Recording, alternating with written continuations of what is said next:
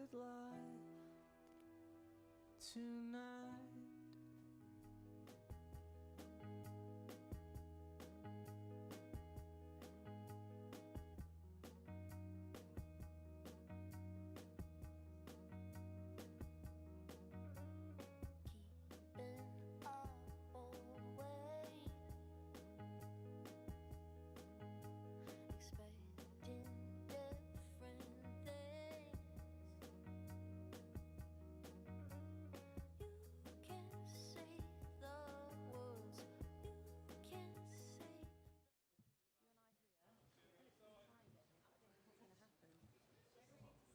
There as you are, yeah. I can't see a thing.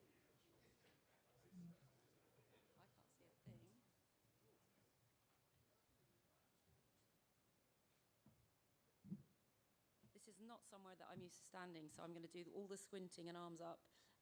Thank you all for being here.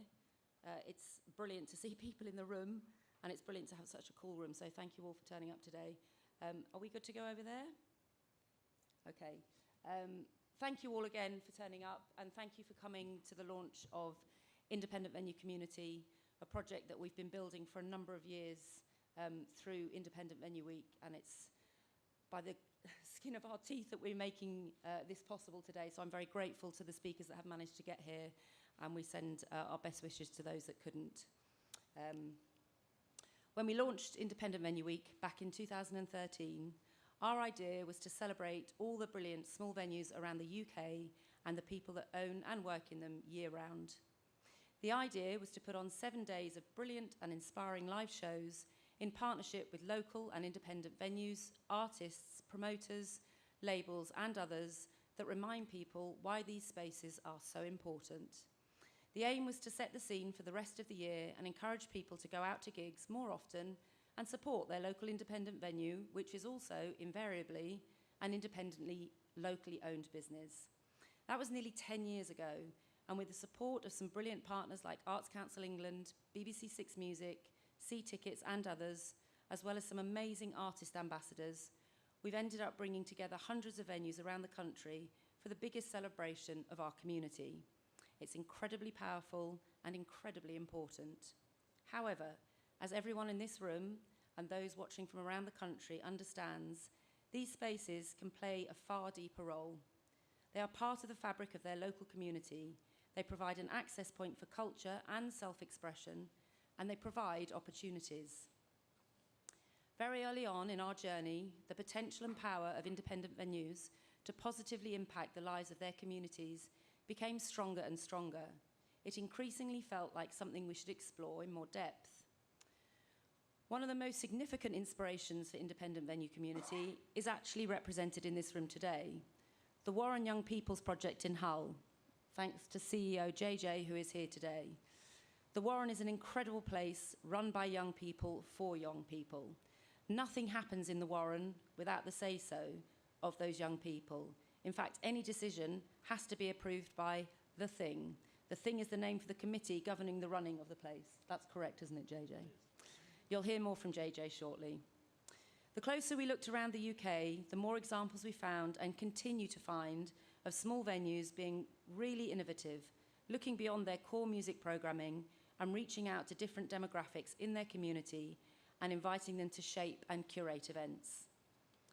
At Independent Venue Week, we also started to do this. For example, we collaborated with the charity Attitude is Everything, who are here in the room today, to support a short tour for a brilliant disabled artist called Chris Halpin, who joins us on the sofa today. We're delighted to have Chris here, as well as Dom Fraser from the Boiler Room, which was one of the venues he played in his tour. We also sent a bunch of young people to go backstage at a Yumi at 6 gig at the Manchester Evening News Arena. They were all young people from Hull, if you remember, JJ, to see how big shows are run with artists who started out in small spaces. You'll see a short film when I finish talking, starting with a couple of those young people who went on that workshop 8 years ago, now talking about how it opened up opportunity for them and how they are now mentoring other young people in the industry. From these early workshops, we've now created some of our own programming. 3 examples are soundcheck sessions. Our soundcheck sessions are a chance for young people to come into a venue, once the band has loaded in, to watch them do a sound check and then do a Q&A with the band, people from the venue, the promoter and the crew, just to ask questions and familiarise themselves with what goes on in these spaces. We've also set up a new, more in-depth course called B, which is a series of talks and interactive groups where young people can speak to different sectors within the industry, from producing, tour management, labels, promoters, and get a greater understanding over a long weekend of how different parts of the industry work and how they interact with each other to build the ecosystem of the live music industry. And we also created a project called VEN, which we ran with the Warren Young People's Project and the brilliant MIDI Music Company, who are also represented here today. The idea was to bring two groups of young people together from different parts of the country, for them to exchange life experiences, stories and ideas, and create and perform music, which we did during the pandemic. It was an incredible experience for all the young people involved. You can find details and a show reel on our website. We managed to find our way through during the pandemic. The young people surprised us all, I think, by staying in touch and collaborating and writing music, even when we didn't know they were doing it. So it's been really heartwarming to see some of these projects come to fruition. So many young people, excuse me, my age, so many young people, especially those who are excluded or told they will amount to nothing, are very often very bright and very bored. A classroom and office environment isn't right for them, but a career in live music could be the opportunity that sees them thrive. So that's the background. There's all these brilliant atoms fizzing around, and having seen their impact, our vision is to create a national network where small venues are inspired and encouraged to open their doors in the daytime and support events and programs that involve all in their local community. That is independent venue community. IVC will be a combination of existing initiatives and programs which we've developed in-house, as well as with industry leaders in their field, and they'll be built around 6 strands. That will be early years for parents and toddlers, young people, the deaf, disabled and neurodivergent, around mental health and well-being, LGBTQIA+, and in time, the older generation. We believe it will be incredibly powerful for 2 reasons. Firstly, it will help change lives and create new pathways for talented people who might otherwise face barriers. And secondly, it will benefit venues commercially and culturally. If we can achieve this, it will be a real win-win. I'm incredibly excited and delighted to announce that we have some ambassadors who've come on board to support our first year. The first of the 2 sets of ambassadors for independent venue community are the outstanding Nova twins, who've been a real beacon for inclusivity and diversity. We'll be announcing plans with them in due course, but we're so honoured to be working with an artist who's so compassionate and mindful of various communities and who go out of their way to champion them. Joining Nova Twins as an inaugural IVC ambassador is incredible,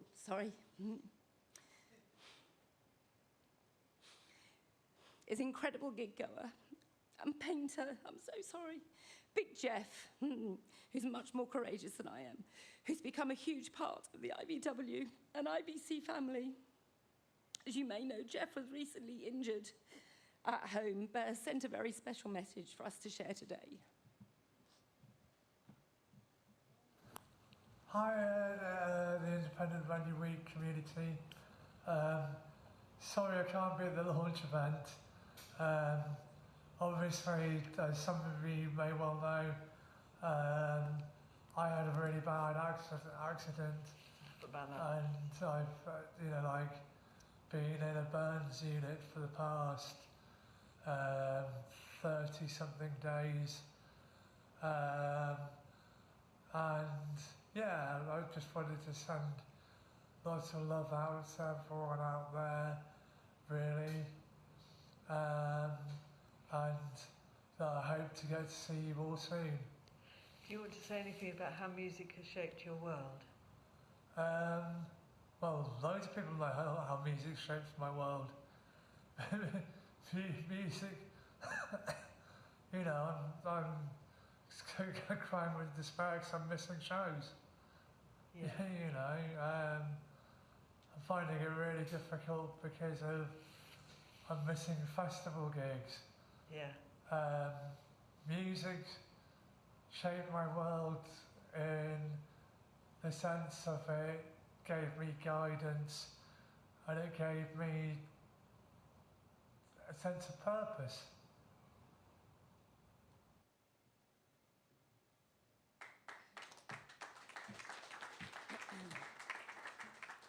A lot of those pictures are of times when I've been out with Jeff, in the supermarket, coming with me to get Ryder for a band, and learning and understanding his world. The supermarket was very brightly coloured, and he found it overwhelming, but he pushed through, and we've shared some amazing experiences travelling around the country for Independent Venue Week. He became our very first non-artist ambassador for Independent Venue Week. He's become a very dear friend, and Jeff, if you're watching this, we all send massive love and hugs to you, and we wish you a very strong and full recovery. We look forward to holding the post open for you when you're able to rejoin us.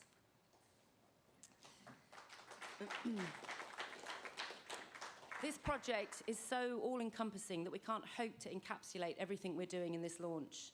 However, I think and hope over the next hour you'll get a perfect flavour of what we're trying to achieve with our In Conversation, exploring young people and opportunity, as well as inclusivity and access. I'm going to let the speakers introduce themselves in a minute, but we're incredibly grateful that Jude Rogers has generously agreed to moderate these conversations for us. As well as being one of the best journalists in the UK, Jude has also written an incredible book, which I'm currently reading and is amazing, The Sound of Being Human, that explores the powerful role that music plays in our personal lives and our culture. It's totally in our ballpark. Jude's actually interviewing Carl Bartos of Kraftwerk at the British Library in a couple of hours, so we're incredibly lucky to have her here for this launch. I'd also like to thank Paul Black from the British Sign Language School, who is here as our interpreter for people who would like additional access to what we're doing today. I'm just going to show you some examples of the work that we're doing and continue to do and are looking to grow for independent venue community. Thank you very much.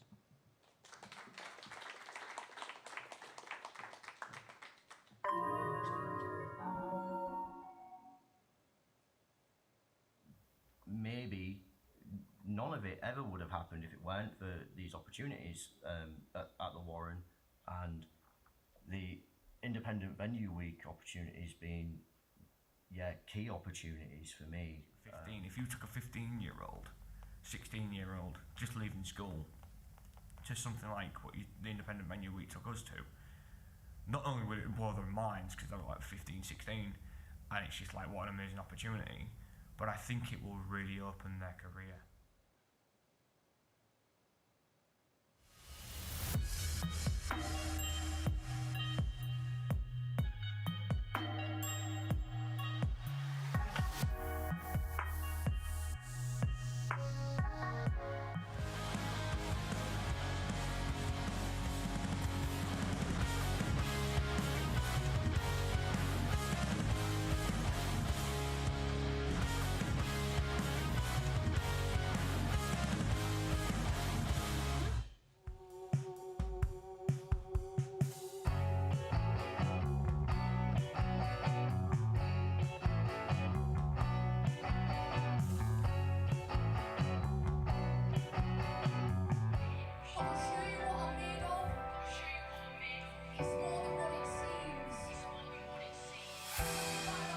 It was just great getting to meet loads of new people. Like, I'm a very anxious person, so it was like a really good way to get to know new people, because obviously we have like one common interest, and that's music, so all we can talk about is music, and then it just kind of led to a lot of really good friendships.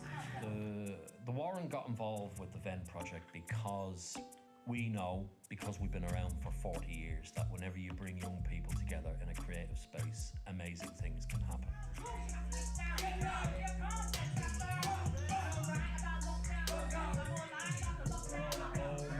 I think it's gone really sick, and I've enjoyed the whole thing. I think everyone's so excited right now, over the moon. It's been such an amazing time, and I'm gonna miss these guys so much. Oh my days, I'm gonna miss these guys so much. I can't lie. I feel great about the project. I've done this kind of project before, but never with the amount of success that this project has achieved. I mean,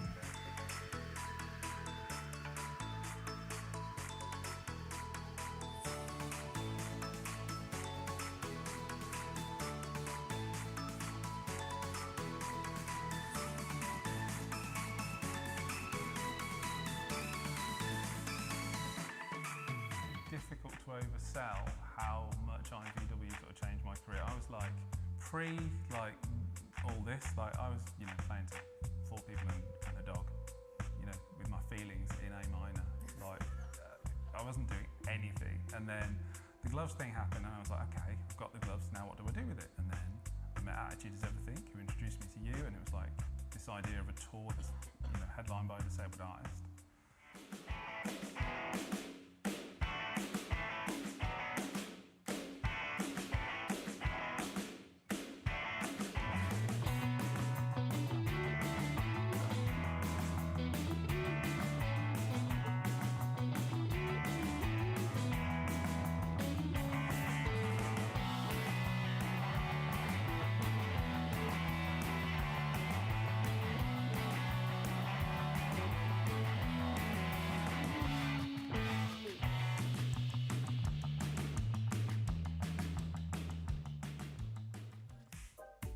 Some people say that they're the enemy.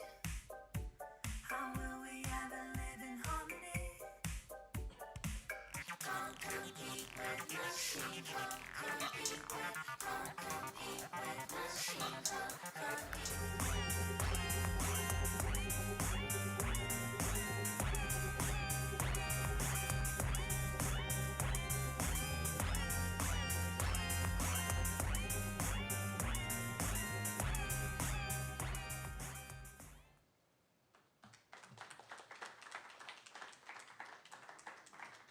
Wow, that was amazing, wasn't it? Thank you so much, Sybil, for introducing me, and thank you for asking me to be part of today. When I was asked, you know, I was aware of Independent Venue Week, but not the extent of the work that was going on all across the country, and it's a real privilege to be here.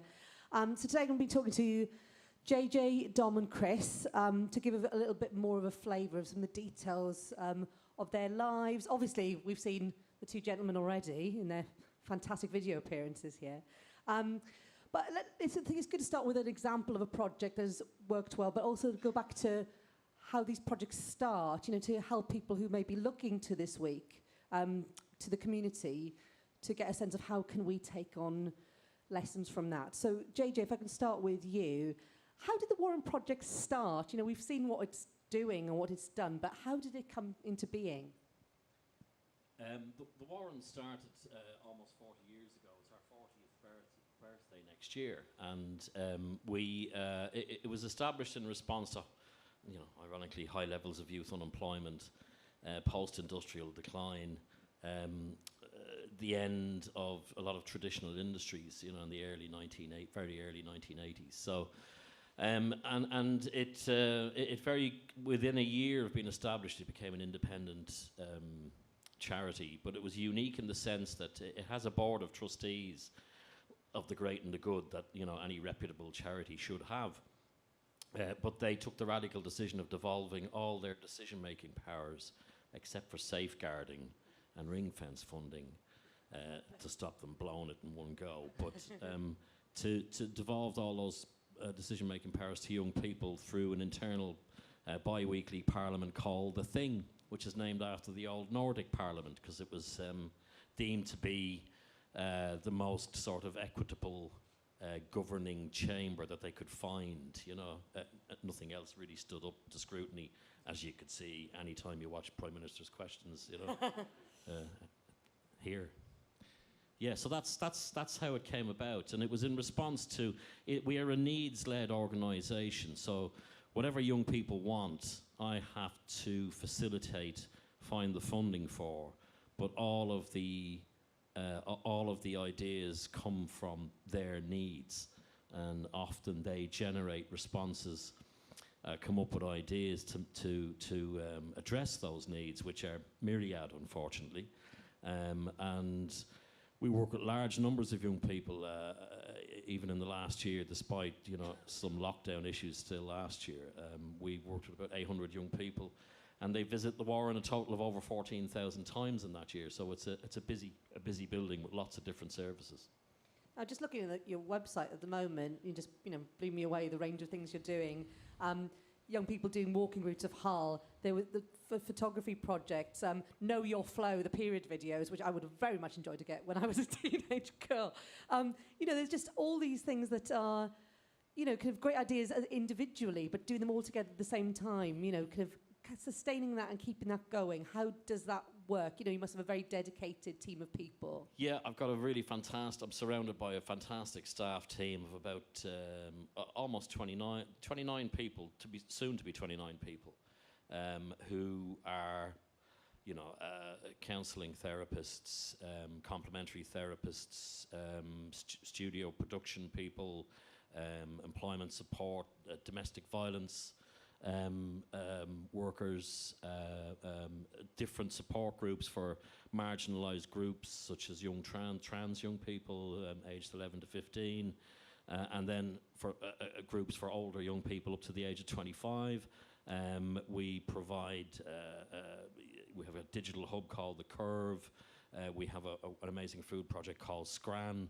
All these things are named by young people. It's called The Curve because there's a curve in the room. It's called Scran because it's Scran, it's food, you know. So, yeah, they drive everything we do, and a lot of people stay at the Warren for a long time. We tend not to have high staff turnover. They stick around for quite a while before moving on, and sometimes never move on. What kind of place does it hold in the community? It's part of it's an institution, but for something that's quite anti-institution and anti-establishment. It's become part of the establishment in the city in terms of its cultural, artistic, and political, you know, impact, because it's a very politicized organisation. Those who are looking to establish rights where they feel they have none, the Warren is the place they will gravitate to first. And we will always find, like, for example, our trans group has been running for about 7 years, and there was one person who came every week for a year, and we kept it going, and there's now 37 young people in that group, you know, who come every week. And so we are a grassroots, community-led, user-led organisation that breaks new ground constantly because of the nature of who our cohort are. So we're led by them. And you've also got links to the Adelphi as well in terms of the music that is made. JJ was telling me in the green room earlier on about how you're opposite the practice room, so you hear everything coming through, and then eventually you'll see the acts playing at the Adelphi. So you see the whole process, which must be, you know, as you said, noisy a lot of the time, but quite lovely. It is noisy, and it often isn't very good at the start, obviously, you know, because they're just starting. But by the time you see it performed at the Adelphi is another iconic institution. It's a big star in Hull's firmament. It's in Yorkshire's firmament, in the North's firmament. Yeah. And it's. I was trying to think. You asked me how we were connected, and I was trying to think of a way to explain how important the Adelphi is, and to explain how important the organic link it has with the Warren is. And the easiest way to do that is through a young person. Now, there's a young person currently living on the coast of Yorkshire who's living happily with his mum and his 2 sisters. But 4 years ago, he wasn't living there, and he wasn't very happy, but he attended a course, a project initiative we developed called 3 Minute Heroes, which is a music and mental health initiative, whereby we could create a space for young people to empty their head of what bothers them. It can be stream of consciousness, it can be structured, it can be doodles, it can be anything. And then we take what they produce and we sort of safeguard its content, give it to established musicians and ask them to build a melody around it. And this young man wrote a line that's in a song that was then produced by a band in Hull and then released to the world free online. And the line was, "My mother sleeps with a knife under her pillow."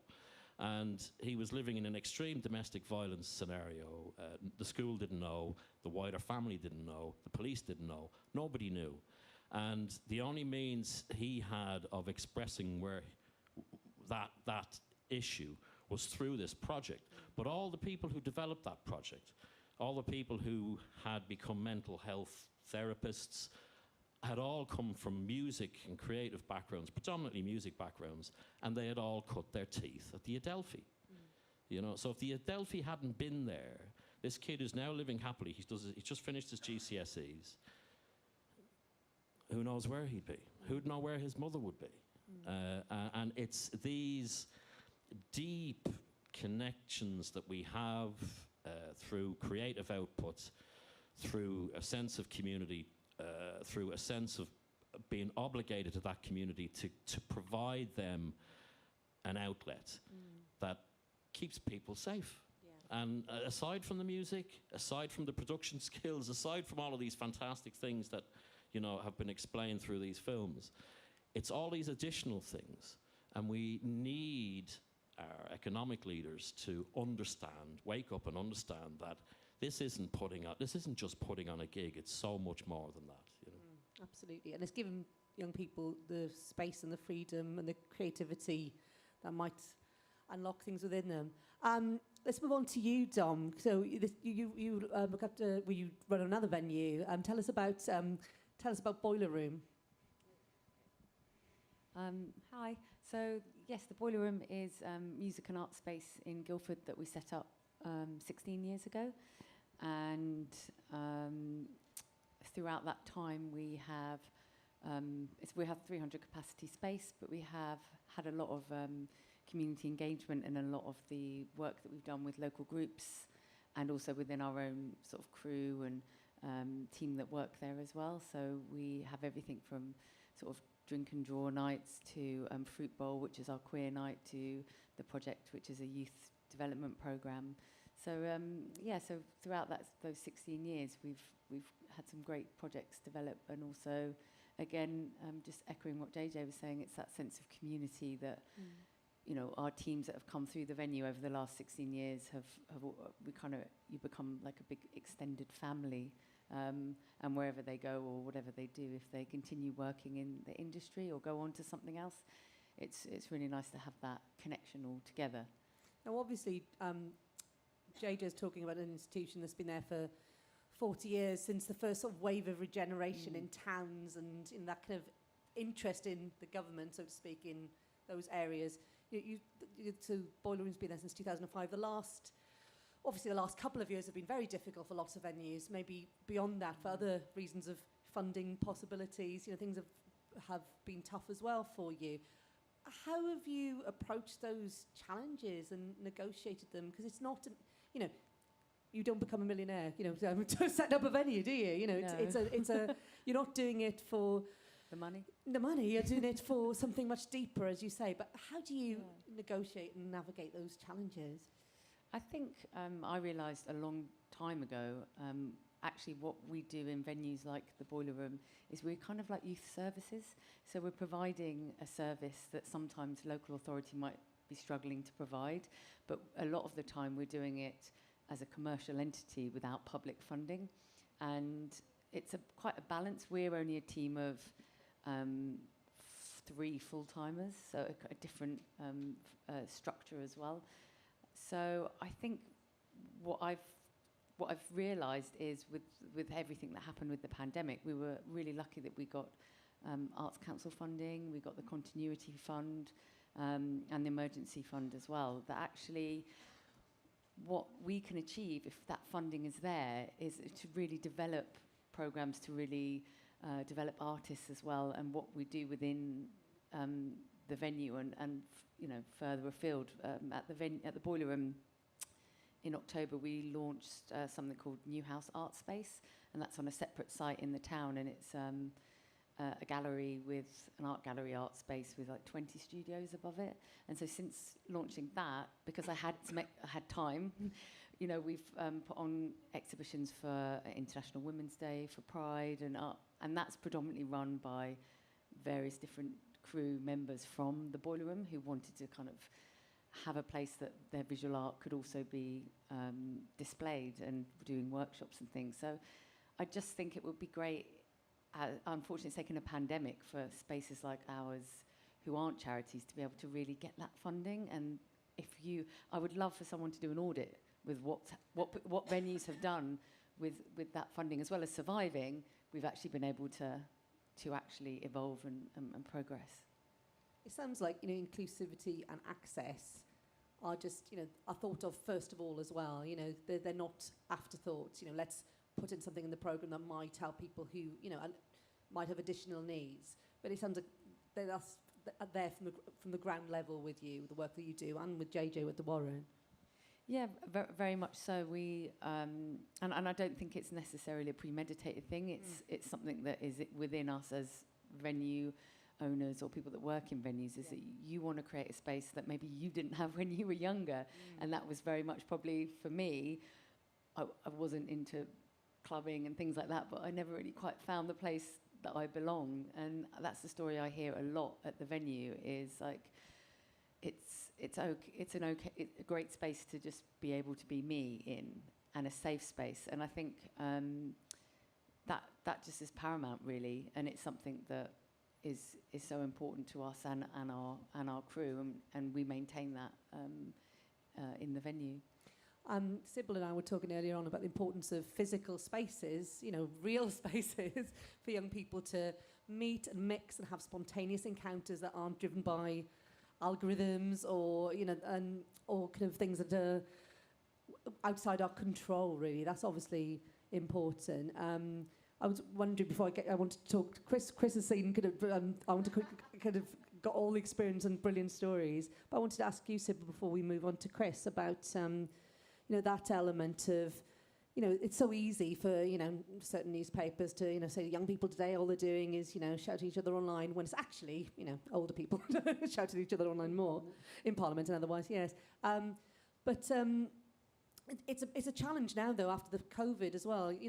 Young people especially, desperate to go out, but also people might be more nervous and not sure what to do. So how do you think independent venues can work with you to encourage young people to get out there and meet new people and be less nervous and brave?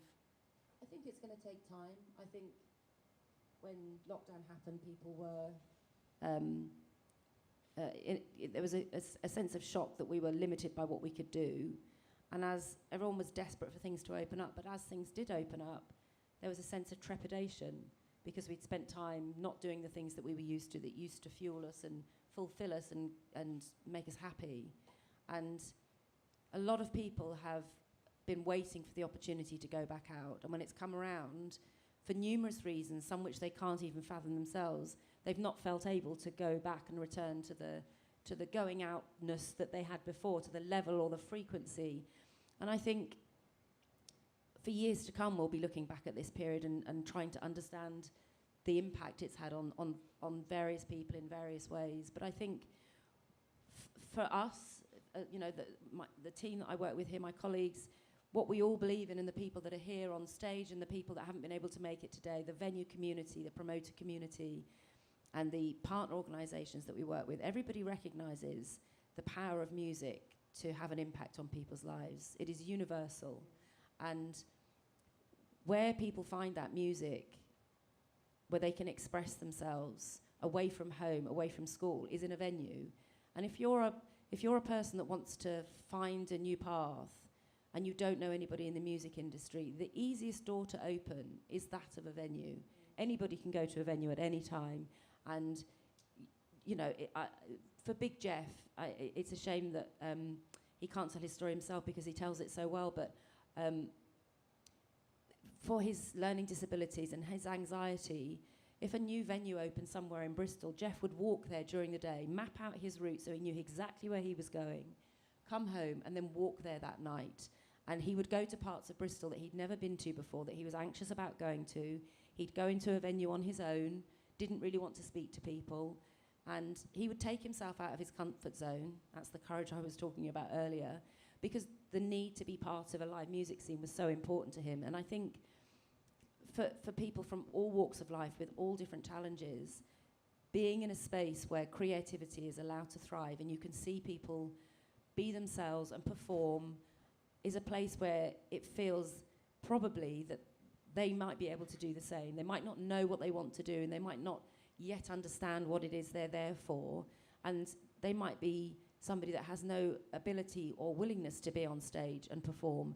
But there are so many roles within not just the music industry, but the creative industries, where people can thrive, not just survive, but absolutely thrive and find a path and live an independent life. And I think setting up Independent Venue Week nearly 10 years ago, I never expected that I would be doing this nearly 10 years later. I hadn't really conceived that this would be one of the biggest things that would come out of it. And it just is so heartwarming to travel around the country as we do during Independent Venue Week and throughout the year, actually, meeting people who change other people's lives and help create a situation where people who feel there is no opportunity for them or don't feel safe, to give them a safe space and to give them the opportunity so they can have a life that they deserve. And obviously that counts for audience members as well as musicians. Now, Chris, independent venues have been incredibly important in your career. Yeah. And Dom sitting next to you, we were talking backstage about how you played a Boiler Room at 2016. Tell us about that experience to start with. Yeah, so as I hinted at in the film, so I've been doing the singer-songwriter thing for most of my life. I've faced pretty significant disabling barriers in terms of my mobility. I've significant hand impairment, which my access to traditional instruments has got worse over the years. So I was like properly on the ropes in about like 2015, and then the very long story short is that I was talking to Drake Music, who do amazing work to make music more accessible through music technology. And I was trying out all these music technology things that they had at the time, and they won't mind me saying this. It was rubbish, like just waving my hand around in front of a light to play like a C major scale. Like when I was 12, I wanted to be Steve Vai. Like I couldn't do this. And then they were like talking to Imogen Heap at this time. This is just a really happy coincidence. She was developing this wearable technology called the Mimu gloves. And she was trying to solve the problem that you were watching a woman on stage singing with a laptop. She makes electronic music, and for all you know, she's checking her emails. You don't know why that laptop's there, and the audience isn't let in on how that electronic music making is created. So she devised this amazing gestural interface, and Drake Music were like, she's accidentally invented one of the greatest bits of accessible tech, a wearable instrument that learns the user, not the other way around. You know, I was kicked out of piano lessons because of my hand impairment, because I couldn't fit the mold of how music was taught in school. But this was an instrument that I was going to wear, and it was going to learn me. So any movement would be valid music. So yeah, that's how it went from being like playing to, you know, 4 people and a dog in Tamworth. You've never heard of Tamworth. I started doing some projects with Drake Music, and then it was Attitude Is Everything had contacted me. They were talking to Sybil about this idea of a tour that was like headlined by a disabled artist, and we all met up in London, and it was like, oh, cool, this sounds like it'll be fun. So we did that. That's the short version of a long story. It started at the Boiler Room in 2016. That was the first gig, and I don't think I've told you this, Sybil, but I was like convinced. I thought my career was done with the hand issues, and then I thought, no, my career's really done now, because I'm going to go on stage at the Boiler Room with these cyborg gloves on. Everyone's going to be like, who's this joker? What's this? Like, I thought people would not get it. I was very wrong. People really got it, and they really responded. And it would be hard to overstate how important that IVW 2016 tour that I did, and also the trust. I think it's really, really wild that Sybil gave me this opportunity when I was really just like, what was I doing? I wasn't doing anything. I wasn't able to do anything. But for whatever reason, one would hope there's a small degree of talent leaking out that people can notice and think, yeah, he's probably worth taking a shot at. But that completely launched my career, that whole thing. And it sounds like a boast, but that tour, you know, it went a long way from the Boiler Room. We were booked to do like a week of stuff. We did the Half Moon. We did obviously started in the Boiler Room, Half Moon, at the Tin in Coventry. So that was it. And I was going to go back to I don't know what. But that tour, just the phone kept ringing. And 18 months later, I finally killed it off at the Kennedy Center in Washington, D.C. in front of about 4,000 people. And I went, okay, now I've had enough. We're done. Via Japan, though. Oh, yeah, via Tokyo. Been to Tokyo as well. And most of Europe. And, yeah. And it all started, with this wild idea of, well, A, disabled artists need to be seen. They need to be seen in independent venues. And, right place, right time, I suppose. Independent venues are so important for, you know, every musician. You know, I know we've got Philip Selway here, who's been navigating the A40 and called a 5, said, I'm going to be there. And if he does get here in time, he'll be running onto the stage, because he has talked before extensively about how important independent venues and the different approach to musicians give bands when they're starting out, give acts when they're starting out. Also, you know, from the examples you've given today and some of the other venues I've been looking at that are working with you, there's this commitment to access as well that seems to, run through more of them. In terms of, the work you've done over the years, what have the challenges been to you as an artist, Chris? It is a thorny thing because, like, in terms of especially independent venues, like pre-gloves, like I've never been able to play like the cool places that you're supposed to play. I'm from Birmingham, if the silly accent hadn't given it away already, and so in like indie venues in Birmingham, you're either in a basement or you're up some stairs. So I just never got to play the places that you're supposed to play, and that's really like obviously super frustrating. But as we've gone, we did that first tour kind of as an experiment of how accessible is it, because we know. My thing was, we see that venues are making more of an effort to be accessible to disabled audiences, and those things have changed. I see more progress in that. I think there's a lot of frustration in the disabled community, and I still get, and I'll accept that I face less barriers like now. There's a degree to what's going on in my career where, if you've got to be on stage in, a venue like the Kennedy Centre, you're not going to face an access barrier to the stage. If they've got to deal with a grand piano, they can deal with me in my wheelchair, right? It's easy enough. But I think it is. Sorry, I've gone off a tangent. I feel there was a question in there about just the challenges that you face as an artist in terms of access, because which you've mentioned, some of them now. Obviously, there's a lot that needs to be changed. Only recently we were talking about. I don't know if anybody saw pictures of the Wire Festival and their area for people using wheelchairs, which is about 10 miles from the stage. It was ridiculous. But this is not an uncommon thing. What do you think is going well in that regard, and where does more work need to be done? I think people need to think about what. This throws people when when I use the term disabled, I think I mean something different to what I think most people mean. I'm not talking about that. I was raised at a time when the medical model of disability was the prominent thing. So I have a disability. It's my problem to change, maybe through surgery. My piano teacher said, well, can you not get physio or something? But the framework is solid. The structure of society is not going to move. It's the disabled person's responsibility to change. But the whole thing needs to start from a social model of disability viewpoint. I don't have a disability. I have a condition, but I would argue it's, as a minimum, grammatically incorrect to say that you have a disability. I am disabled by the barriers that society consciously and unconsciously holds up. And in the music industry, those barriers are really significant. People say to me all the time, well, why do you say you're a disabled musician? Why aren't you just a musician? It's like, well, I don't get to be just a musician because I don't have the same opportunities. I want to recognise a certain degree of privilege. It's gone pretty well for me in the last 5 years since IVW 2016. But also, people see my Insta Reels in Tokyo and it's like, that's going great. But they don't see how much stuff I have to say no to because the access is just totally rubbish. And this is my full-time career now. And that does have an impact on my life in terms of turning stuff down. But it's got to start from this social model approach. And we've got to recognise what are we doing as a sector that is upholding barriers, both consciously and unconsciously. And I see this with the young artists that I work with now. I mentor a lot of disabled artists on programs through Drake Music and now running programs myself.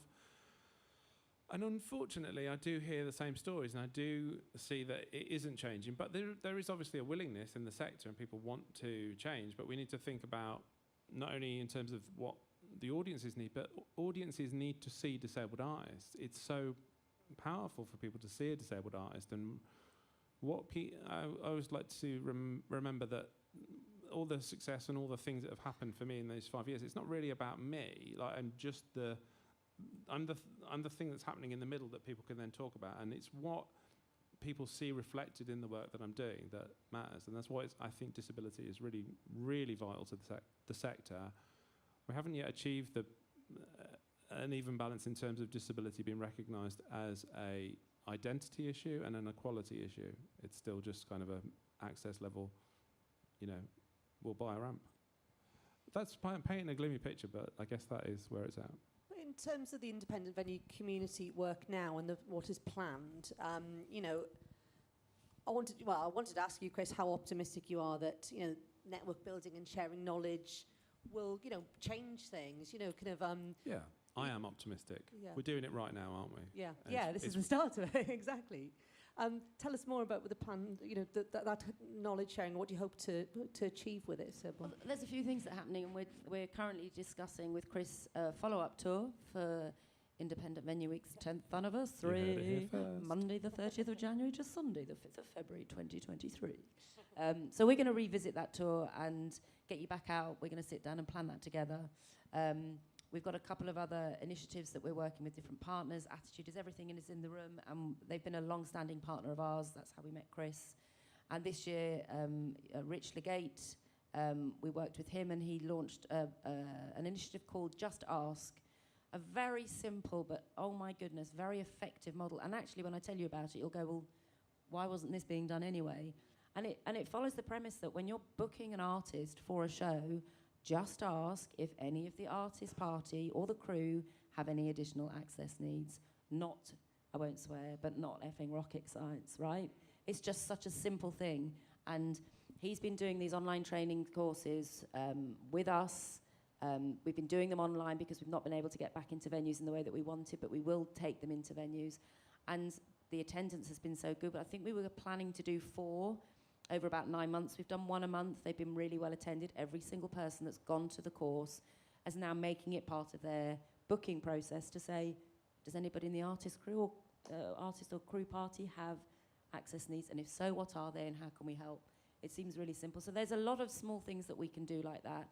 And I think it's so important for us to be working with partners like Drake Music, with Chris directly, with Attitude is Everything, and across the other strands of work that we do. It's not for us to come up with ideas and present these to the communities that they're aimed at and say, we've done this for you.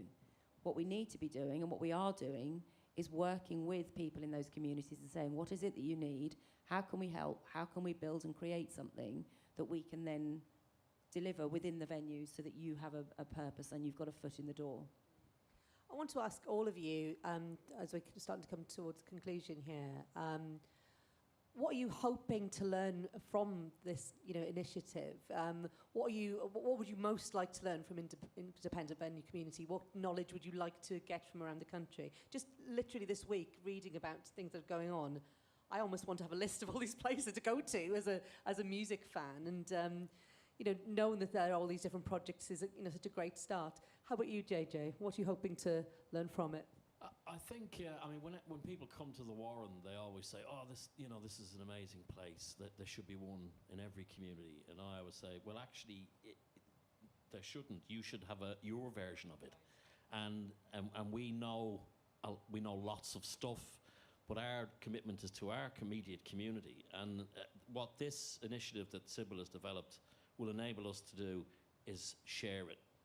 And be able to help other organisations, other community groups, other venues, you know, avoid some of the pitfalls we've had, some of the banana skins we've encountered, and it also gives us a greater network for our creatives.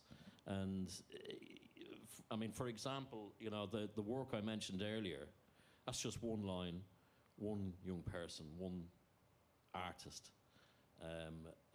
This can be replicated over and over and over and over again. And it's just having that access to talk to other organisations. We can explain to them how NHS England ended up commissioning us to develop a diversion programme to stop young people falling into the criminal justice system that is completely creative and holistically driven. Now, it's not our job to replicate that elsewhere, but it is our obligation and duty to share it with others, how we do it. We shouldn't go somewhere else and tell them how to do it. We should be supporting them to develop their own version of approaching these issues with their own initiatives, which could be similar, but a lot of the experiences of getting it off the ground are very common, you know, regardless of where people are from. So I think that's where it has enormous potential. And it is a relief to us as well, because we often feel a bit guilty that we should try harder to get this out to other communities, but you know, we're so focused on high needs. You know, your commitment and your delivery is in your own community. This presents us an opportunity to help others. Fantastic. How about you, Dom? Yeah, I think just to echo as well, JJ's point from a venue that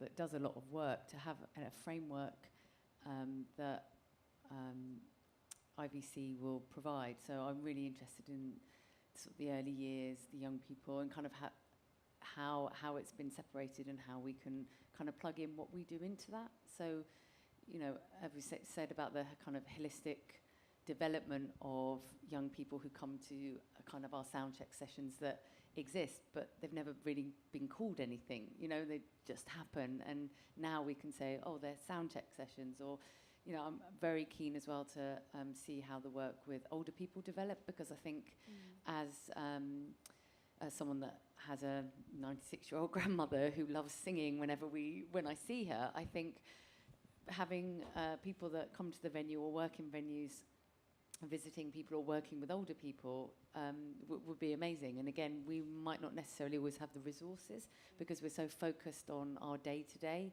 but having the support, I think, with Sybil and the team to be able to sort of plug into what we do, but also to learn, as JJ said, from other venues, and Chris as well, and working with Attitude is Everything.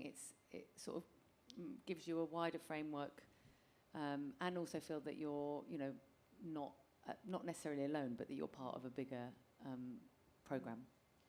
As an artist, Chris, how do you hope this knowledge sharing will help people like you and musicians who are, you know, navigating, you know, kind of that, you know, musician's life? Yeah, so I've been thinking a lot about strength in numbers, and I feel the next, well, as we're already making plans behind the scenes, the next chapter for me is going to be about bringing more disabled artists. I don't want to be this isolated case. That, you know, it's important that other disabled artists get seen in practical terms. That will mean that we're planning gigs now which will feature other disabled artists. We're going to be platforming. There's another generation of emergent disabled artists that I've been mentoring and working with, and it's now time. I feel the time is we need to get on stage and do the shows. So there will be other disabled artists as part of that tour that I'll be headlining in the next year. That one, yes, 10th anniversary. But yeah, no, it's about the importance of representation and visibility for the disabled community, and yeah, that's what I want to take to the sector, and just for people to recognise that there are some amazing disabled artists, and, you know, hopefully I've like made some noise and opened the door, but yeah, there's many more great talent to come through that door. You mentioned visibility a couple of times, and I'm sure, you know, for you, JJ and Dom, it is something that's very important for, you know, all the groups that you work with as well, for, you know, people to come to these spaces, these safe spaces, we said, these welcoming spaces, and to see themselves. Is that something that has become more of a priority for you kind of in recent years, or something that you've thought about more? Yeah, I'm just going to butt in there. You know, just loads, because I just started thinking like I remember just thinking, this just doesn't matter if it's just me. Like, if I do all right, it's just like, so what? This will just be like a little blip. Oh, that, you know. Do you remember that guy in the wheelchair with the gloves? Like, if it's not used as a force for change, then it's a waste of energy, and it's been a lot of effort. So I've got to make it worth something. When you walk into the Warren, there's a massive logo on the wall that says "Be seen, be heard, make a difference," and that's a huge part of it. You know, giving young people, and it's used by the community who aren't young in the evening sometimes. At the weekends, the Kurdish school use it on a Sunday. Not so much anymore, but they did a lot in the past, and it all begins with a cause or a need. The creativity is the thing that projects it and deals with the issue. I mean, you know, we you know, Hull is a very, very white working class city that has seen a lot of significant changes, lots of new people arriving from all over the world in the last 10 years. So we established the Racial Equality Youth Council, and it has its launch event at, guess where, the Adelphi, you know, in October, in partnership with Love Music, Hate Racism. So all of these issues, often venues like the ones we're talking about, are the only avenue that people have, the only outlet they have to try and affect some sort of change at a local level. I was just going to add that I think one thing I've learnt is that, when setting up the venue, being initially, I suppose, the face of the venue, actually there comes a time where the venue is sort of handed over almost to the people that work in the venue and that frequent the venue.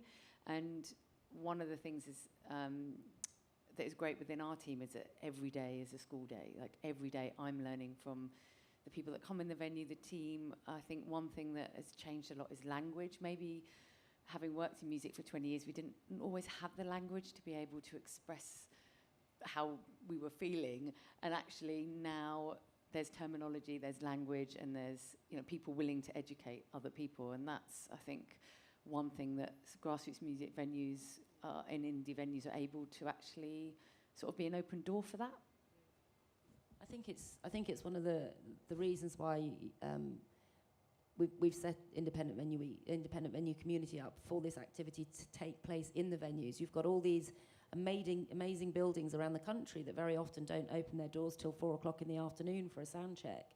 So they're empty during the day, and you've got all these community groups looking for spaces to host events and workshops and bring people together in person. And actually, when you look at what venues do of an evening, the grassroots music venues give artists and crew a chance to get it wrong. They give them a chance to learn their craft and try different things, and it's a safe space to make those mistakes because you're not being judged. It's up close and personal. And if we can do it in these spaces for live music, we should be able to do it for all sorts of activity, for all sorts of communities, regardless of what their needs or wants are. And that's the premise behind the whole thing. We already know these places are safe spaces for learning and making mistakes, and we just want to extend that to beyond, or alongside live music.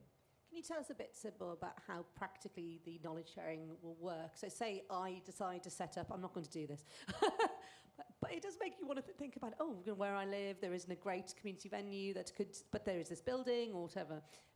Say I'd set up a venue and I was struggling with how to make it work. If I came to you, what do I expect to get? What kind of support? What access to resources? In terms of live music or just in general? In terms of live music, and maybe probably if put you in general. touch with Dom, actually. Dom was, we held a stakeholder event back in 2019 called Independence Day, where we got all of the larger number of the venues that we work with came to London, and we did some knowledge sharing and talked about, the very first session that we did was to get 4 or 5 venues on stage just to talk about their venues, because this is pre-pandemic, people had heard of other venues, but they didn't really know necessarily the people that ran them. They didn't really understand what it was like in their venues. And we did the first session, I remember it well, and people were just transfixed to hear about how it was in the Boiler Room in Hull, how it was. Jeff was there from the 100 Club, Jacko was there from the Adelphi, and Mal was there from the Trades Club, and it just gave people a chance to go and say what their experience was of running a venue, the challenges that they face. And you could see people in the audience go, oh, it's not just me then. Okay, that happens to me. Okay, this is reassuring to know. And I think one of the greatest opportunities for anybody wanting to come into this world is speak to people who do it really well. Dom does it very well. All the venues that I've just mentioned do it really well. People like Nathan at the Broodnell, they do it really well. And they do it well because they really care, and they're invested in the business and they're invested in the community. So that would be my absolute starting point. It's not me that can necessarily tell you how to do it best. The whole thing with Independent Venue Week is that we're a platform. We're not there to put on all the shows. That would be mad. We don't have the resource to do that. But what we've always done, and what we're doing with Independent Venue Community, is to bring people together, introduce them, let them share knowledge, let them share experiences, go off and create on their own and create things that are new for them. We are a platform to help lift people up. We're not there to control and have control over everything. That's not what we're about. What I love about that is it's not, here's a website or here's a database. You just click and look through this ream of material. It's kind of, let's actually get together in a space. So obviously the last couple of years have been quite difficult, and navigating that must have been trying. Obviously there are some venues who have really struggled and suffered, and there are venues that have closed. Coming out of COVID, COVID is obviously still here. The idea of pandemics is still here. Where's the idea of how that impacts upon venues in in your planning for the future? It's very difficult. We're still seeing sold out shows with anything between a 20 and 40% no-show rate of gig goers who've bought tickets, they're not turning up. And I guess they feel, I mean, there's many conversations going around about this, they feel because they bought the ticket, it doesn't really matter. But there's secondary spending that's going on in these venues behind bars, soft drinks, alcoholic drinks, coat check. There's other things that help these venues sustain themselves. But beyond just the bottom line, if you're a band on stage and you're playing to a room that you believed was going to be sold out and there's probably only 60% of the venue is full, that feels like a less experience for you. And that's difficult then because everybody's feeling that they're not really doing the most that they can do. And I think we've got a really long way to go. You know, infection rates are up. I don't really want to dwell too much on that, but I get your point. I think we so badly need these spaces for so many reasons. And this is a perfect opportunity for people to start getting together again in small numbers and engage with people face to face. We don't need social media. We really don't. If you want to see what people are wearing or hear about what they're eating or find out what they're listening to or see what fashion they're wearing, go to a venue. Go and see it in real life, in real time. It's the most, it's the real life equivalent of social media. And I think we just need to continue to support these spaces. Let's do it proactively. Let's make sure if you go to 1 gig a month, go to 2 gigs a month. If you go once a week, go twice a week. If you feel passionate about something, any of the strands that we're looking at, or if there's something in your life that's important to you, and you'd like to see if you can help bring other people together in that area, pop down to your venue and see if they'll open up a little earlier, and if you can bring people together, because I think that's kind of what it's really about. I think there's so much that happened during the pandemic that venues were setting up fundraising, crowdfunding. People were raising 60, 70,000 pounds in 2 days, and not just from people in the local area. This is people from all around the country. You know, when you go into a venue and you see a band tour poster, you'll see lists of venues that band is playing, but you've probably never been to. And I think what's exciting is that we're starting to see these venues opening up and people start to care about venues that they've heard of but not been to. And I think the more that we can encourage people to start going back, these venues are mostly, as I said earlier, independently owned local businesses. You spend money in a local business, it stays in the local area. We've learned a lot about community during the pandemic. We've learned a lot about localism, about coming together. And we've been doing this work for a number of years, since the second year of Independent Venue Week. Why we're bringing it together now, we just felt we got to a critical mass with a lot of the activity. We could see that we had a really good opportunity to bring more people together, to help underserved communities and people from all walks of life, and using the spaces to help them sustain themselves alongside live music just seemed like the perfect opportunity for everyone. Fantastic. I almost clap. I'm going to clap now. No, it is that, people becoming braver and going out. But, similarly, I went to a gig in Bristol on Friday, and I hadn't been to a gig for a couple of weeks, and once I went there, you opened up as soon as you walk into a new room, a new space. It was a new venue for me, and seeing an artist I'd never seen live before. I think we're moving towards that, aren't we? People are going and remembering that feeling and being it's more familiar confident. and weird in equal measure. Exactly. Yes, we have been through a lot the last couple of years. Chris, can I shoehorn in a little success story with that? Actually, please do. My first gig back was, I guess it would have been my 2020 IVW activity that was 2021, I don't know, postponed anyway. And we finally got there and we did a show at the Brood, and that was my first post-COVID gig back. And it was unconventional programming. It was like a Sunday afternoon, and it was open to families, and it was very much targeted as parents who might not be able to get to gigs because of childcare issues because they've got small children.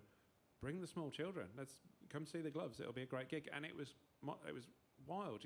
It was rammed for a kick-off. It was my first gig in 2 years because of COVID, but it was a huge success. But it was a shift in programming of hey, let's just do a gig at 1 o'clock in the afternoon and let kids come. And it was really great. So it's almost, just open yourself up to new ideas from other people, from other venues, to other opportunities. And not get stuck in the more commercial ideas of what a music venue should be or what it should do and what it should achieve and how many things you should sell. It's more about all the participants having a great time from it. Absolutely, and it is that focal point for a local community on stage and off stage and alongside live music for sure. Fantastic. Well, I'm going to set up a venue now. I've decided. That has been such a fantastic, inspiring hour. Thank you so much, all of you. Now, obviously, if you're interested, get in touch with Sybil, and she will tell you more on the wonderful people today. Thank you, everybody, for coming in the room as well. On a very difficult day, we appreciate you showing up. And yeah, thanks very much. Thank you.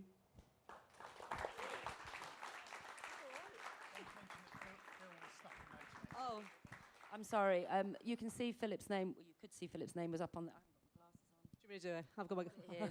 I'm so sorry, Philip. Incredibly, we've got. Oh, hang on a second. Hi, Adam. I'm going to have to concede defeat to the gridlock. I'm so sorry. I hope things are going well. I'll call Sybil tomorrow. You don't need to know that. Please pass my apologies on to everyone. So many people have tried to get here today. Tam has come down from Scotland. There's 3 different fires on his route. He's stuck on a train. I've no idea. Philip's tried to get here from Oxford. A number of people have tried to be with us today. I'm very grateful to everyone that's in the room who did make it. I've just seen some more faces that I haven't seen for a while. Thank you to everybody, and thank you to everyone who's joined the live stream. Please go and check out independentvenueweek.com, and you'll see more stuff from us in the coming weeks and months. Thank you. Thank you, everybody.